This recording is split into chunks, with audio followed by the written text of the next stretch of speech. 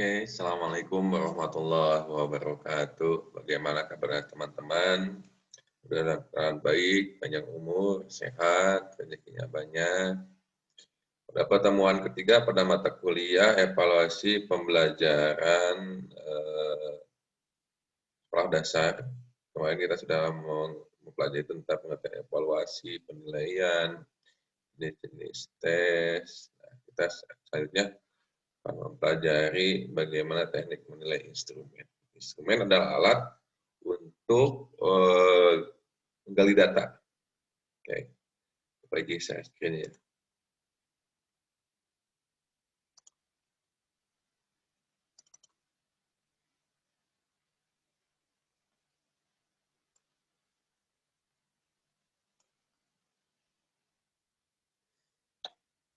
Untuk menguji kualitas alat penilaian atau instrumen,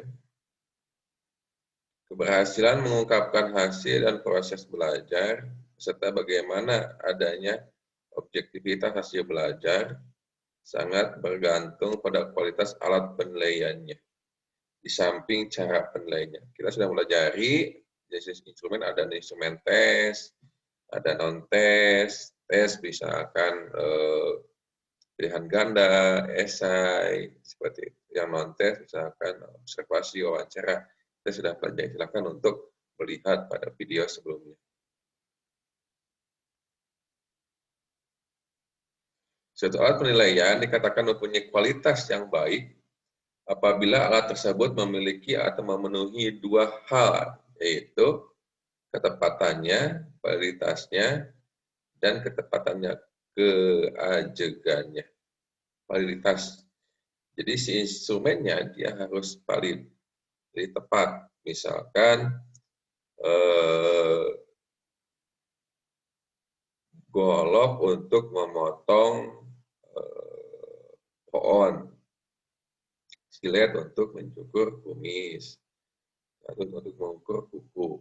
Jangan sampai silet untuk memotong pohon, misalkan catut untuk mengiris bawang, nah seperti itu. Golok untuk memotong bawang, mengiris bawang, seperti itu.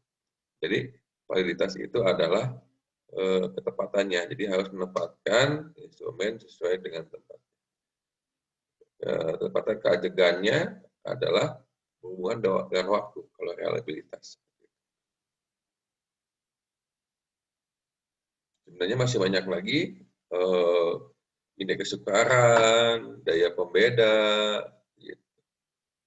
Seperti itu. Mungkin untuk kesempatan hari ini hanya akan minimal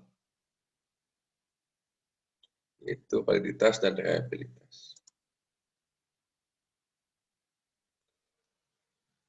Validitas berkenaan dan ketepatan alat penilaian terhadap konsep yang dinilai, sehingga betul-betul menilai apa adanya seharusnya dinilai. Sebagai contoh menilai kemampuan berbicara, tapi menanyakan kemampuan tata bahasa atau kesusastraan seperti puisi atau saja. Penilaian tersebut tidak tepat atau valid. Validitas tidak berlaku universal sebab bergantung pada situasi dan tujuan penilaian. Alat penilaian yang telah valid ada satu tujuan tertentu belum otomatis akan valid untuk tujuan yang lain. Jadi seperti itu. Jadi validitas ada ketepatan. Jadi harus menempatkan soal sesuai dengan kemampuan siswa.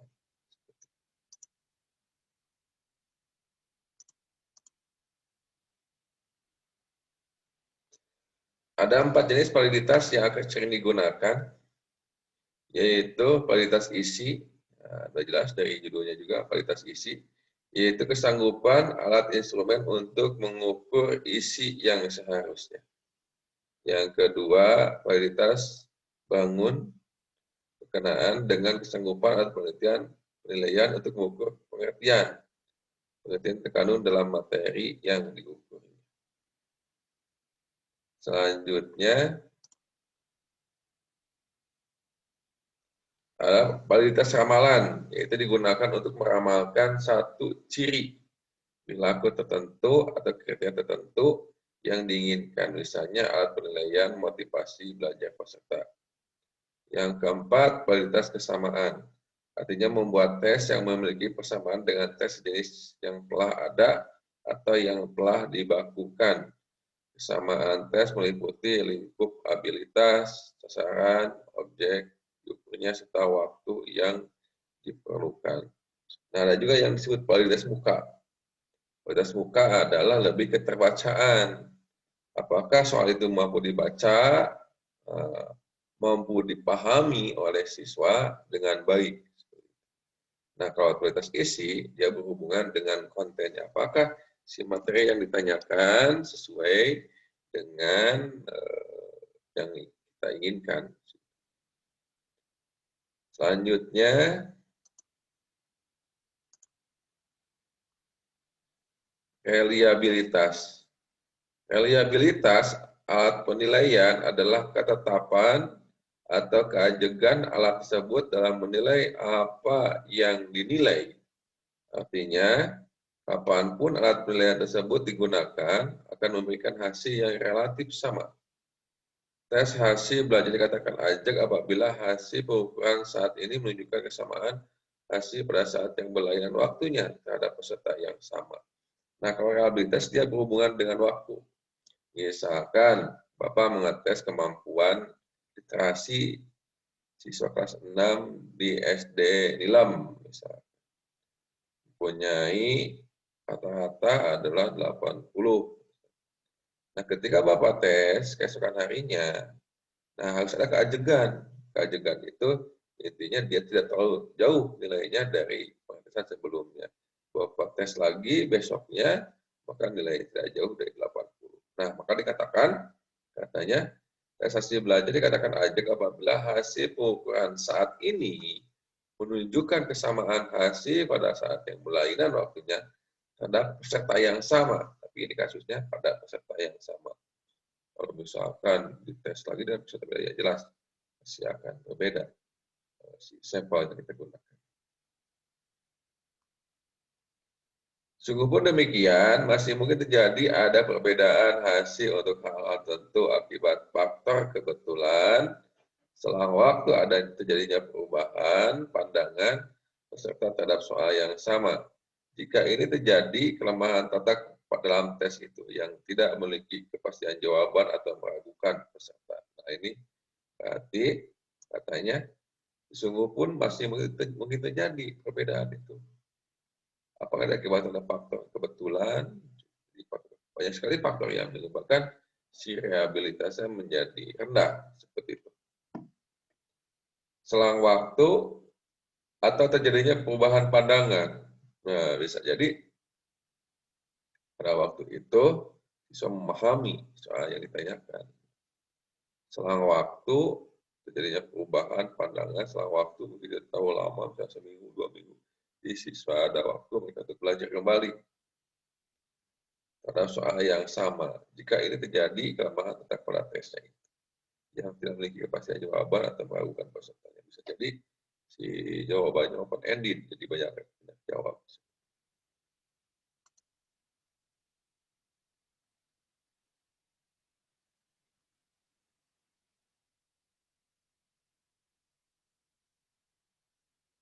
Dengan kata lain, derajat reliabilitasnya rendah.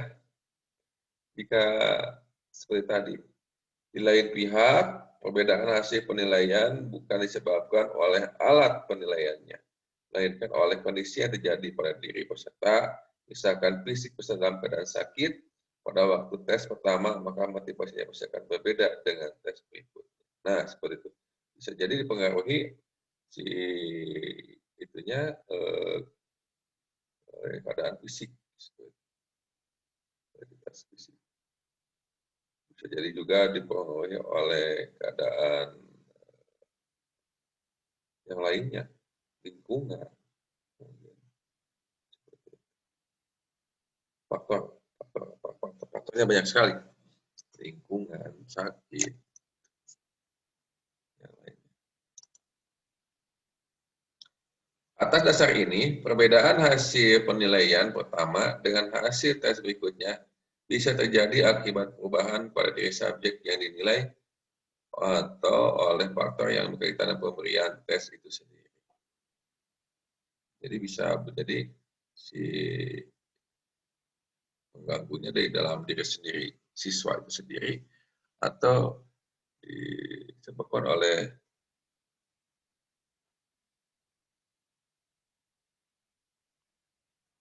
atau dari luar seperti itu. Untuk mengatasi hal tersebut, maka rehabilitas dapat dibedakan menjadi A. Rehabilitas tes ulang. I-tes adalah penggunaan alat penilaian terhadap subjek yang sama dilakukan 2 kali dalam waktu yang berlainan. B. Rehabilitas pecahan setara, yaitu menggunakan tes yang sebanding dengan atau setara pada waktu yang sama. C. Rehabilitas belah dua mirip dengan rehabilitas setara, diperlukan 2 tes yang sebanding, biasanya membedakan soal genap dan ganjil. D. Kesamaan rasional, yaitu prosedur menghitung rehabilitas tanpa melakukan korelasi dari 2 pengukuran atau bencana setara dan belah 2. Jadi nanti kita akan coba menghitung bagaimana kualitas soal rehabilitas. Jadi kita nanti akan buat dulu bagaimana membuat kisi-kisinya, lalu instrumennya, lalu kita akan menghitung kualitasnya, kualitas rehabilitasnya.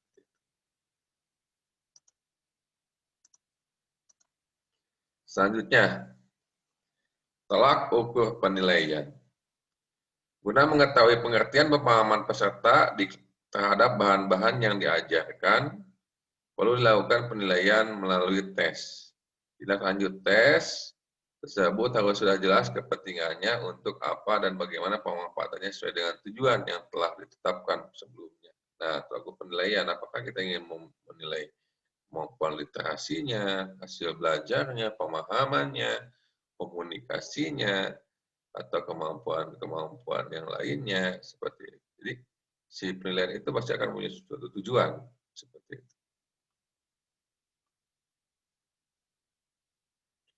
Menurut Dick dan Corey dalam Ngalim Purwanto, penilaian ini dibedakan menjadi 2, yaitu disebut dengan kriterian refleks atau penilaian acuan patokan (PAP) dan norma reference test (NRT) atau penilaian acuan PAN. Nah, bedanya ini di sini ada KKM kalau kita kriteria ketuntasan mengajar. Bedanya ada suatu batasan nilai yang digunakan.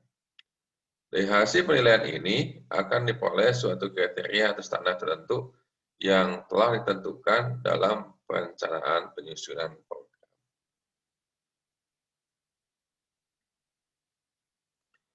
Penilaian acuan patokan atau singkatan PAP, penilaian ini mengukur tingkat kemampuan dan keterampilan tertentu peserta didik. Sesuai pernyataan mengatakan bahwa tujuan PAP adalah untuk mengetahui apakah peserta didik telah mencapai tingkat penguasaan atau ketuntasan belajar yang telah ditentukan. Artinya, peserta dinyatakan berhasil apabila dapat menguasai pengetahuan dan keterampilan yang telah ditentukan standar nilainya oleh pengajar atau guru. Nah, yang telah ditentukan standar nilainya. Nah, poinnya di sana. Standar penguasaan ini dapat berupa penguasaan kelompok, maksudnya misalkan bila 70% peserta mencapai nilai ketentuan, maka disimpulkan bahwa penguasaan kelompok sudah baik. Sedangkan penguasaan individu itu apabila setiap individu tidak lulus karena penguasaannya 50% benar. Jadi ada kriteria minimal yang dicapai. Nah, misalkan contoh skala penilaian acuan patokan, misalkan ini A, ini B, ini C, ini tingkat kepuasannya. Lalu persentasenya.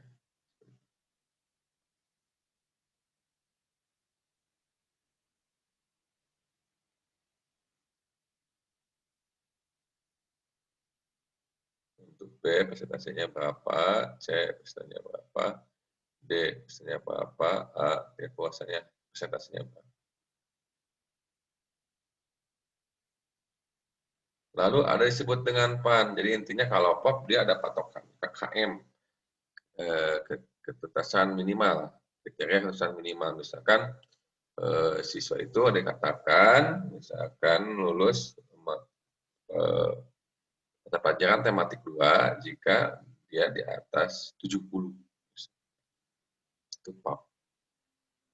Nah, kalau PAN, penilaian ini didasarkan pada kurva normal. Artinya, penetapan nilai kelulusan diacu pada nilai rata-rata dengan menggunakan distribusi kurva normal.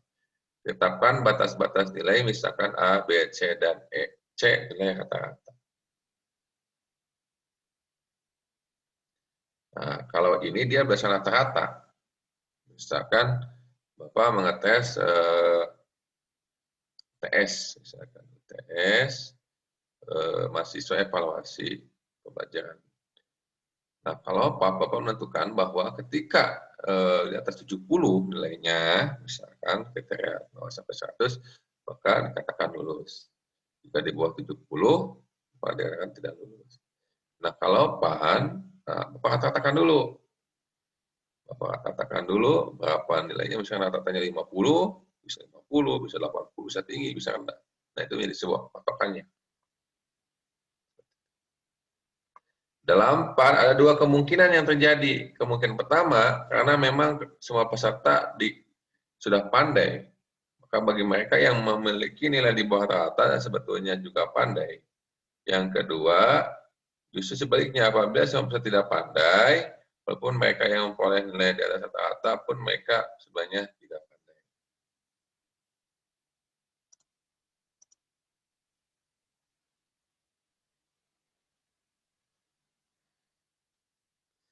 Ada 4 jenis tes untuk penilaian ini, yaitu Entry Behavior Test.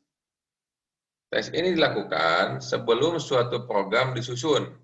Tujuannya untuk mengetahui batas penguasaan, pengetahuan, serta keterampilan yang telah dimiliki peserta didik dalam kaitannya dengan penyusunan rancangan program pembelajaran. Pretest, tes ini diberikan sebelum pelajaran dimulai dengan tujuan untuk mengetahui penguasaan peserta didik terhadap bahan pelajaran yang ingin diberikan. Post-test, tes dilakukan pada setiap akhir program yang tujuan untuk mengetahui sampai di mana pencapaian pemahaman serta keterampilan peserta terhadap bahan-bahan pelajaran. Embed test, tes ini dilakukan di sela-sela berlangsungnya proses pembelajaran. Fungsinya sebagai masukan data yang dapat dipergunakan dalam evaluasi formatif bagi proses pembelajaran. Nah, di sini ada yang disebut dengan pretest post-test. Nah, ini familiar sekali. Pretest ada juga yang mengatakan prates. Prates. Ada juga yang post-test. Pretest adalah untuk mengukur kemampuan awal siswa sebelum siswa itu mempelajari materi itu. Jadi kita ingin mengetahui, misalkan kita ini sekarang akan mempelajari tentang kelas 2 adalah misalkan materi hidup rukun, misalkan tema hidup rukun dalam matematika, SPDP, Indonesia. Kita ingin mengetahui kemampuan literasi membaca. Nah, sebelum kita melakukan pemberian materi terhadap kita dites dulu bagaimana kemampuan literasi membaca atau literasi pemahaman misalkan pada siswa, dites dulu. Oh, ternyata dapat kita simpulkan bahwa kemampuan literasi pemahaman masih rendah. Nah, kita mengajar beberapa kali pertemuan dan kita ingin mengetahui bagaimana sih progres pemahamannya. Dites lagi, punya post-test. Kalau embed test dia dimasukkan pada sela-sela pembelajaran. Selanjutnya, bentuk tes. Bentuk instrumen tes ada bermacam-macam, tergantung apa yang ingin dicapai dengan tes yang akan dilaksanakan. Guna menentukan bentuk instrumen tes yang tepat, perlu menjawab pertanyaan-pertanyaan berikut. Apakah yang akan diukur? Jenis instrumen apa yang telah digunakan? Item-item apa saja yang harus ada dalam instrumen tersebut? Dan jenis skor apa yang akan dicapai dalam mengolah data yang diperoleh? Yang perlu mendapat perhatian dalam menentukan instrumen tes juga perlu tetap diingat apa yang menjadi indikator keberhasilan dari mata pelajaran yang bersangkutan. Apakah indikator keberhasilan tersebut lebih memfokuskan kepada ranah yang ada? Di lingkungan pembelajaran, tes yang dipergunakan ada dua macam, tes objektif dan tes subjektif. Jadi, setiap tes biasanya dia mempunyai indikator keberhasilan. Misalkan Bapak ingin mengetes kemampuan pemahaman. Nah, dalam kemampuan pemahaman tentu dia ada beberapa indikator yang menjadi prasyarat kemampuan pemahaman siswa itu bagus. Nah, biasanya mahasiswa membuat instrumen apakah itu tes itu biasanya berdasarkan indikator yang sudah ditentukan dari para ahli. Ataupun kalau tidak ada ahli, bisa mereka mendiskusikan dulu dengan pembimbing dan ahlinya bagaimana menentukan indikator yang belum ada seperti itu.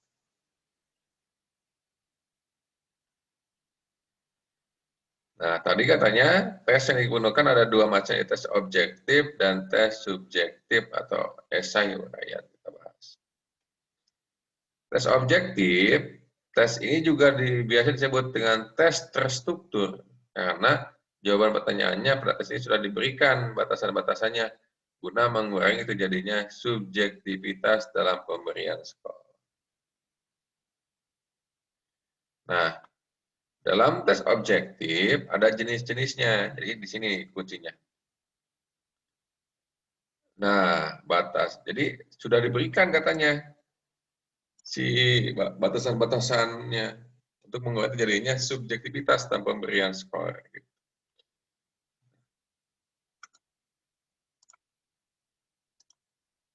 Adapun macam-macam tes objektif, diantaranya adalah tes pilihan alternatif benar salah. Jadi udah ada. Misalkan Bandung adalah ibu kota provinsi Jawa Barat, benar atau salah? Misalkan Jakarta adalah ibu kota negara Indonesia, seperti itu. Jadi nanti misalkan Surabaya ibu kota negara Indonesia, betul benar atau salah? Ini udah disiapkan jawabannya. Siswa tinggal menentukan benar salah. Tes ini berupa soal yang sudah diberikan jawabannya. Berupa dua pilihan dalam tes ini, jawaban betul atau salah atau benar salah. Ada jawaban betul atau salah bagi soal yang berupa sebuah kalimat hitungan atau ungkapan harus dinilai betul atau salah bergantung pada tepat tidaknya baik penulisan, entah bahasa maupun perhitungannya. Misalkan 2 tambah 2 sama dengan 7, benar atau salah? True or false dalam bahasa Inggris. Sedangkan dalam alternatif jawaban, benar salah lebih ditekankan pada ada tidaknya kebenaran dalam pernyataan yang hendak dinilai peserta didik.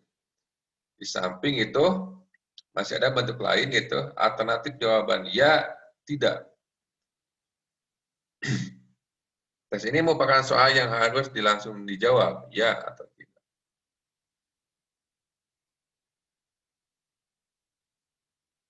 Kebaikan tes ini, benar salah, dapat mencakup bahan yang luas dan tidak banyak memakan tempat, sebab biasanya pertanyaan-pertanyaan singkat. Mudah menyusunnya, dapat dipergunakan berkali-kali, dapat dilihat secara cepat, objektif, petunjuk pengajakan yang mudah dimengerti. True or false.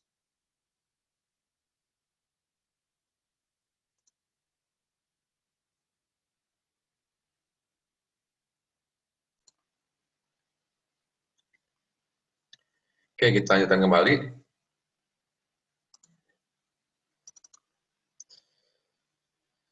Nah, kita tadi membahas tentang objektif benar salah. Kekurangan tes ini adalah sering membingungkan, mudah ditebak atau diduga, jadi kemungkinannya 50-50, 50 antara benar dan salah. Banyak masalah yang tidak dapat dinyatakan hanya dengan kemungkinan jawaban, hanya dapat mengungkapkan daya ingatan dan pengenalan kembali. Nah, itu kekurangan dan kelebihan dari instrumen tes benar salah. Yang perlu dihindari dalam penyusunan tes ini, item yang masih dapat diperdebatkan. Pertanyaan-pertanyaan yang persis dengan buku, kata-kata yang menunjukkan kecenderungan pemberi saran seperti yang dikehendaki oleh item, yang bersangkutan seperti semuanya, tidak selalu, tidak pernah, sebaliknya, dan sebagainya. Tes pilihan ganda. Nah, ini adalah yang sering digunakan biasanya, tes pilihan ganda. Bentuk tes ini ada kalimat pokok, item yang berupa pertanyaan atau pernyataan yang harus dijawab atau dilengkapi dengan 3 atau lebih jawaban yang disediakan. Dari jawaban-jawaban tersebut hanya ada satu jawaban yang benar atau paling benar atau tepat. Jawaban ini disebut jawaban kunci, sedangkan jawaban yang lain disebut distractor atau pengecoh. Bentuk tes ganda ini adalah beberapa variasinya. Ialah jawaban yang benar, satu jawabannya mutlak benar, dan jawaban yang lain mutlak salah. Jawaban yang paling benar atau tepat. Jawaban yang tersedia mempunyai tingkat kebenaran yang berbeda, dan jawaban yang paling tinggi tingkat kebenarannya. Pernyataan tidak lengkap, ketepatannya ialah yang paling benar tepat. Tes ini disebut pula tes melengkapi pernyataan. Dari soal yang berupa pernyataan tidak lengkap, harus dilengkapi dari jawaban yang disediakan. Nah, biasanya ada kalimat titik-titik. Nah, biasanya titik-titik itu adalah jawabannya ada di seperti melengkapkan. Jawaban atas pertanyaan. Dalam tes ini berupa pertanyaan yang jawabannya harus dipilih satu dari jawaban-jawaban yang tersedia. Pengecualian, variasi dari jawaban soal ini adalah perkecualian dari pokok soal. Dalam bentuk tes ini termasuk bentuk negatif, artinya pertanyaan yang kalimatnya menggunakan kata yang berarti negatif seperti bukan, tidak, dan sebagainya. Except, kecuali. Jawaban terpadu, pilihan ganda kompleks. Untuk tes ini, jawaban soal yang disediakan dapat berganda benar. Disebut kompleks sebab jawaban yang disediakan biasanya karena berupa analisis kasus yang berupa diagram, gambar. Nah, seperti itu. Ini beberapa kebaikan dan kelebihan dan kekurangan dari pilihan ganda. Dapat mencakup bahan yang luas, kelebihannya dapat dipergunakan berkali-kali, ada sifatnya analisisnya. Kekurangannya memerlukan kecermatan dalam menyusun jawaban, diperlukannya waktu yang cukup untuk mengerjakan dibandingkan dalam bentuk tes lain. Yang harus dihindari ketika kita menggunakan instrumen pilihan ganda, penggunaan bentuk negatif dalam kalimat pokok.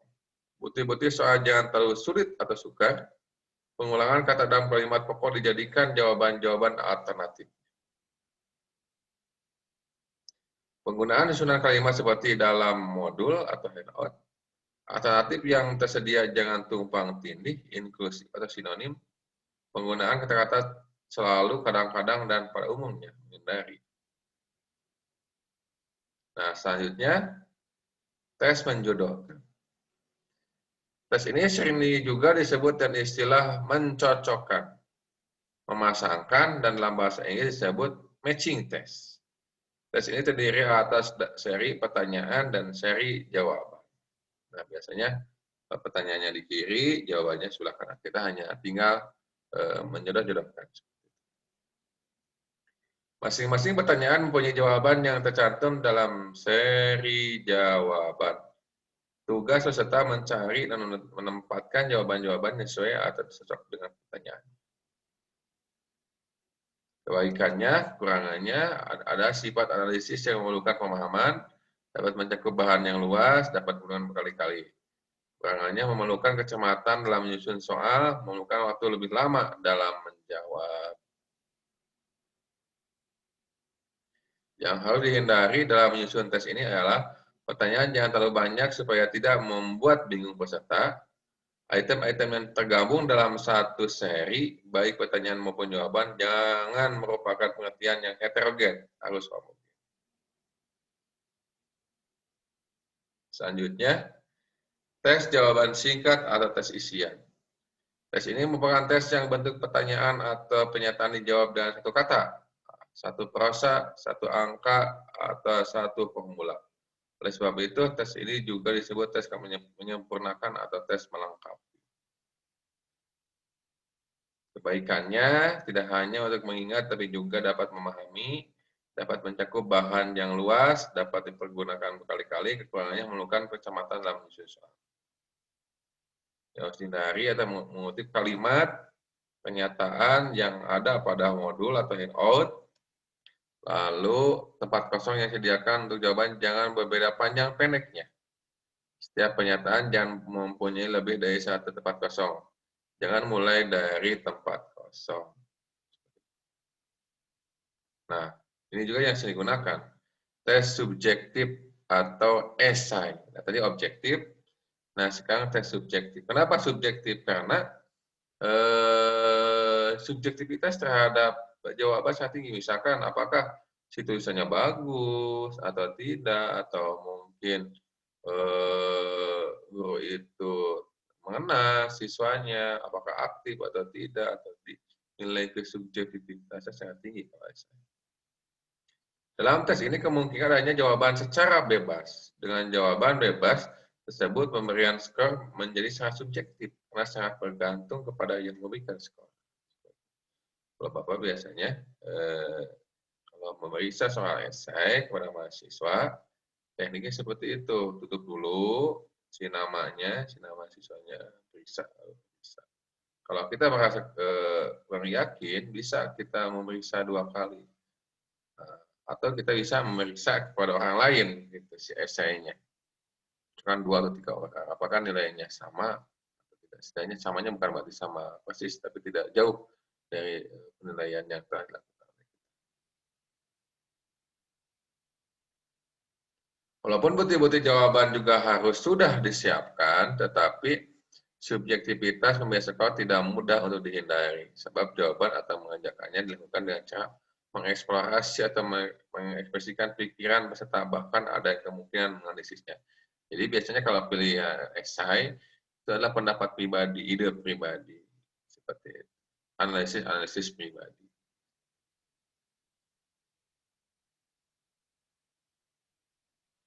Nah, mungkin untuk pertemuan sekarang cukupkan segitu saja. Nanti ada tugas, silakan kerjakan tugasnya. Terima kasih atas perhatiannya.